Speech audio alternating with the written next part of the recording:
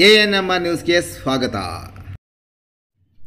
Vijayalakshmi steels ಅಂಗಡಿಯಿಂದ ಗ್ರಾಹಕರಿಗೆ ಸಂತಸ ಸುದ್ದಿ.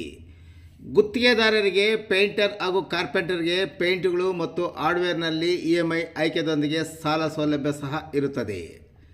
ಇನ್ನು ವಿಜಯಲಕ್ಷ್ಮಿ ಸ್ಟೀಲ್ಸ್ ಅಂಗಡಿಯಲ್ಲಿ ಅತ್ಯುತ್ತಮ ಕಟ್ಟಡ ನಿರ್ಮಾಣ ಸಾಮಗ್ರಿಗಳಾದ ಅಲ್ಟ್ರಾಟೆಕ್ ಸಿಮೆಂಟ್, ಇಂಡಸ್ 355 ಮತ್ತು JSW ಪ್ರೈಮರಿ ಸ್ಟೀಲ್ ಮತ್ತು ಕಾಮಧೇನು TMT ಕಂಬಿಗಳು, ಸುಪ್ರೀಂ ಮುಳ್ಳುತಂತಿಗಳು, ಆಸ್ಟ್ರಲ್ ಮತ್ತು ಆಶೀರ್ವಾದ್ ಪೈಪುಗಳು, ಏಷ್ಯನ್ ಮತ್ತು ನೆದರ್ಲ್ಯಾಂಡ್ ಹಾಗೂ ಆಸ್ಟ್ರೇಲಿಯನ್ ಪೇಂಟ್ಸ್ ಮತ್ತು green lamp plywood, hero Fevicol, hardware fittings ಮತ್ತು ಎಲೆಕ್ಟ್ರಿಕಲ್ ಐಟಮ್ಸ್ಗಳು ಸಹ ದೊರೆಯುತ್ತದೆ. ಗ್ರಾಹಕರು ತಮ್ಮ ಕಟ್ಟಡಗಳಿಗೆ ಬೇಕಾದ ಗುಣಮಟ್ಟದ ಸಾಮಗ್ರಿಗಳಿಗಾಗಿ ಒಮ್ಮೆ ಭೇಟಿ ಕೊಡಿ. ವಿಜಯಲಕ್ಷ್ಮಿ ಸ್ಟೀಲ್ಸ್, ಬೆಂಗಳೂರು ಜೋಡಿ ರಸ್ತೆ, KSRTC ಡಿಪೋ ಮುಂಭಾಗ, ಚಿಂತಾಮಣಿ. ಹೆಚ್ಚಿನ ವಿವರಗಳಿಗೆ ಸಂಪರ್ಕಿಸಿ. ಮೊಬೈಲ್ ಸಂಖ್ಯೆ 9845920725 9066226648.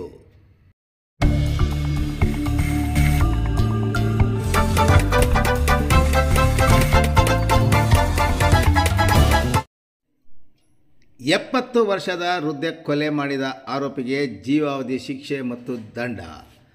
ಚಿಂತಾಮಣಿ ನಗರದ MG ರಸ್ತೆಯ ಸ್ಪಿರಿಟ್ ಅಂಡ್ ವೈನ್ ಶಾಪ್ ಮುಂಭಾಗದಲ್ಲಿರುವ ಕರ್ನಾಟಕ ಫರ್ನಿಚರ್ ಅಂಗಡಿ ಬಳಿ ಮಲಗಿದ್ದ ಸುಮಾರು 70 ವರ್ಷದ ವೃದ್ಧೆಯ ಮೇಲೆ 2021 ಅಕ್ಟೋಬರ್ 25ರಂದು ಮಧ್ಯರಾತ್ರಿ ಅತ್ಯಾಚಾರ ಎಸಗಿ ಕೊಲೆ ಮಾಡಿದ ಆರೋಪಿಗೆ ಇಲ್ಲಿನ 2ನೇ ಅಪರ ಜಿಲ್ಲಾ ಮತ್ತು ಸತ್ರ ನ್ಯಾಯಾಲಯದ ನ್ಯಾಯಾಧೀಶರು ಇಂದು ಜೀವಾವಧಿ ಶಿಕ್ಷೆ ಹಾಗೂ 50,000 ರುಗಳ ದಂಡದ ಶಿಕ್ಷೆಯನ್ನು ವಿಧಿಸಿ ಆದೇಶ ಹೊರಡಿಸಿದ್ದಾರೆ.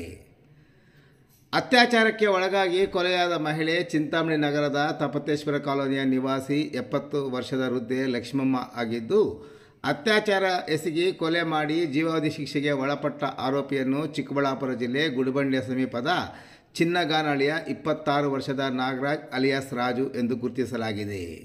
ಘಟನೆ ಹಿನ್ನೆಲೆ: ಚಿಂತಾಮಣಿ ನಗರದ ತಪತೇಶ್ವರ ಕಾಲೋನಿ ನಿವಾಸಿ 70 ವರ್ಷದ ಲಕ್ಷ್ಮಮ್ಮನಿಗೆ ಮದ್ಯಪಾನ ಮಾಡುವ ಹವ್ಯಾಸವಿದ್ದು 2021 ಅಕ್ಟೋಬರ್ 25ರಂದು ಮಗ ವೆಂಕಟೇಶ್ ಅವರ ಬಳಿ 20 ರುಗಳ ಹಣ ತೆಗೆದುಕೊಂಡು ಮನೆಯಿಂದ ಹೊರಗೆ ಹೋಗಿದ್ದು ಲಕ್ಷ್ಮಮ್ಮ ಪುನಃ ಮನೆಗೆ ವಾಪಸ್ ಬಂದಿರಲಿಲ್ಲ. 2021 ಅಕ್ಟೋಬರ್ 26ರಂದು ವೃದ್ಧ ಮಹಿಳೆಯ ಮೈ ಮೇಲೆ ಬಟ್ಟೆ ಇಲ್ಲದೆ ಸಾವನ್ನಪ್ಪಿರುವುದನ್ನು ಕಂಡು ಮೃತನ ಕುಟುಂಬದವರು ನೋಡಿ ಪೊಲೀಸರಿಗೆ ವಿಷಯ ಮುಟ್ಟಿಸಿದಾಗ ಅಂದಿನ ಚಿಂತಾಮಣಿ ನಗರ ಠಾಣೆಯ ಪೊಲೀಸ್ ಇನ್ಸ್ಪೆಕ್ಟರ್ ರಂಗಸ್ವಾಮಯ್ಯ ಮತ್ತು ಸಿಬ್ಬಂದಿ ಸ್ಥಳಕ್ಕೆ ಬಂದು ಪರಿಶೀಲನೆ ನಡೆಸಿ ಅನುಮಾನಗೊಂಡು ಸಮೀಪದ ಸಿಸಿ ಕ್ಯಾಮೆರಾ ವೀಕ್ಷಣೆ ಮಾಡಿದರು. ಸಿಸಿ ಕ್ಯಾಮೆರಾದಲ್ಲಿ ದ್ವಿಚಕ್ರ ವಾಹನದಲ್ಲಿ ಬಂದು ಅನಾಮಿಕ ಇಬ್ಬರು ಯುವಕರು ವೃದ್ಧ ಮಹಿಳೆ ಮಲಗಿರುವುದನ್ನು ವಾಹನದ ಬೆಳಕಿನಲ್ಲಿ ಕಂಡು ನಂತರ ಓರ್ವ ಯುವಕ ಆಕೆಯ ಮಲಗಿರುವ ಜಾಗಕ್ಕೆ ಮಧ್ಯರಾತ್ರಿ ಬಂದು ಆಕೆಯನ್ನು ನಿದ್ದೆಯಿಂದ ಎಬ್ಬಿಸಿ ಆಕೆಗೆ ಹಿಂಸೆ ನೀಡಿರುವುದು, ನಂತರ ವೃದ್ಧ ಮಹಿಳೆ ಕೆಳಕ್ಕೆ ಬಿದ್ದವಳು ನಂತರ ಮೇಲಕ್ಕೆ ಏಳದೇ ಇರುವುದನ್ನು ಸಮೀಪದ ಸಿಸಿ ಕ್ಯಾಮೆರಾದಲ್ಲಿ ಸೆರೆಯಾಗಿತ್ತು. ವೃದ್ಧೆಯ ಮೇಲೆ ಅತ್ಯಾಚಾರ ಮಾಡಿ ಕೊಲೆ ಮಾಡಿರುವ ವಿಷಯ ದೃಢಪಡುತ್ತಿದ್ದಂತೆ ಸ್ಥಳಕ್ಕೆ ಅಂದಿನ ಕೇಂದ್ರ ವಲಯದ IGP ಚಂದ್ರಶೇಖರ್ ಮತ್ತು ಚಿಕ್ಕಬಳ್ಳಾಪುರ ಜಿಲ್ಲಾ ರಕ್ಷಣಾಧಿಕಾರಿಗಳಾದ SP ಮಿಥುನ್ ಕುಮಾರ್ ಅವರು ಘಟನಾ ಸ್ಥಳಕ್ಕೆ ಭೇಟಿ ನೀಡಿ ಪರಿಶೀಲನೆ ನಡೆಸಿದರು.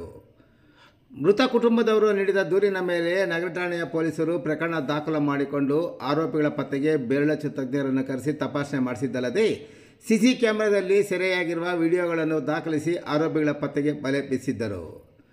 ಸಿಸಿ ಕ್ಯಾಮೆರಾದಲ್ಲಿ ಸೆರೆಯಾಗಿದ್ದ ಆರೋಪಿ ಚಿಂತಾಮಣಿ ನಗರ ಮತ್ತು ಗ್ರಾಮಾಂತರ ಠಾಣೆ ಸೇರಿದಂತೆ ವಿವಿಧ ಠಾಣೆಗಳಲ್ಲಿ ಹಲವು ಅಪರಾಧ ಪ್ರಕರಣಗಳಲ್ಲಿ ಆರೋಪಿಯಾಗಿರುವುದನ್ನು ಖಚಿತಪಡಿಸಿಕೊಂಡ ಚಿಂತಾಮಣಿ ನಗರ ಠಾಣೆ ಪೊಲೀಸ್ ಇನ್ಸ್ಪೆಕ್ಟರ್ ರಂಗಸ್ವಾಮಯ್ಯನವರು ಅಂದಿನ ಜಿಲ್ಲಾ ರಕ್ಷಣಾಧಿಕಾರಿ GK ಮಿಥುನ್ ಕುಮಾರ್ ಮತ್ತು ಚಿಂತಾಮಣಿ ವಿಭಾಗದಲ್ಲಿ ಕೆಲಸ ನಿರ್ವಹಿಸುತ್ತಿದ್ದ ASP ಕುಶಲ್ ಚೌಕ್ಸಿರವರ ಸಲಹೆಯ ಮೇರೆಗೆ ಆರೋಪಿಯ ಪತ್ತೆಗೆ ಪ್ರತ್ಯೇಕ 3 ತಂಡಗಳನ್ನು ರಚನೆ ಮಾಡಿದ್ದರು. ಆರೋಪಿಯನ್ನು 2021 ನವೆಂಬರ್ 25ರಂದು ಬಂಧಿಸಿ ನ್ಯಾಯಾಂಗ ಬಂಧನಕ್ಕೆ ಒಪ್ಪಿಸಿದ್ದರು.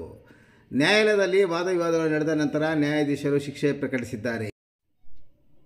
ಇಲ್ಲಿನ ನ್ಯಾಯಾಲಯದ ಸರ್ಕಾರಿ ವಕೀಲರು ಸರ್ಕಾರಿ ಅಭಿಯೋಜಕರಾದ ಶಾಂತಿ ಸುಮತಿ ಮೇರಿ ರವರು ವಾದವನ್ನು ಮಂಡಿಸಿದ್ದರು.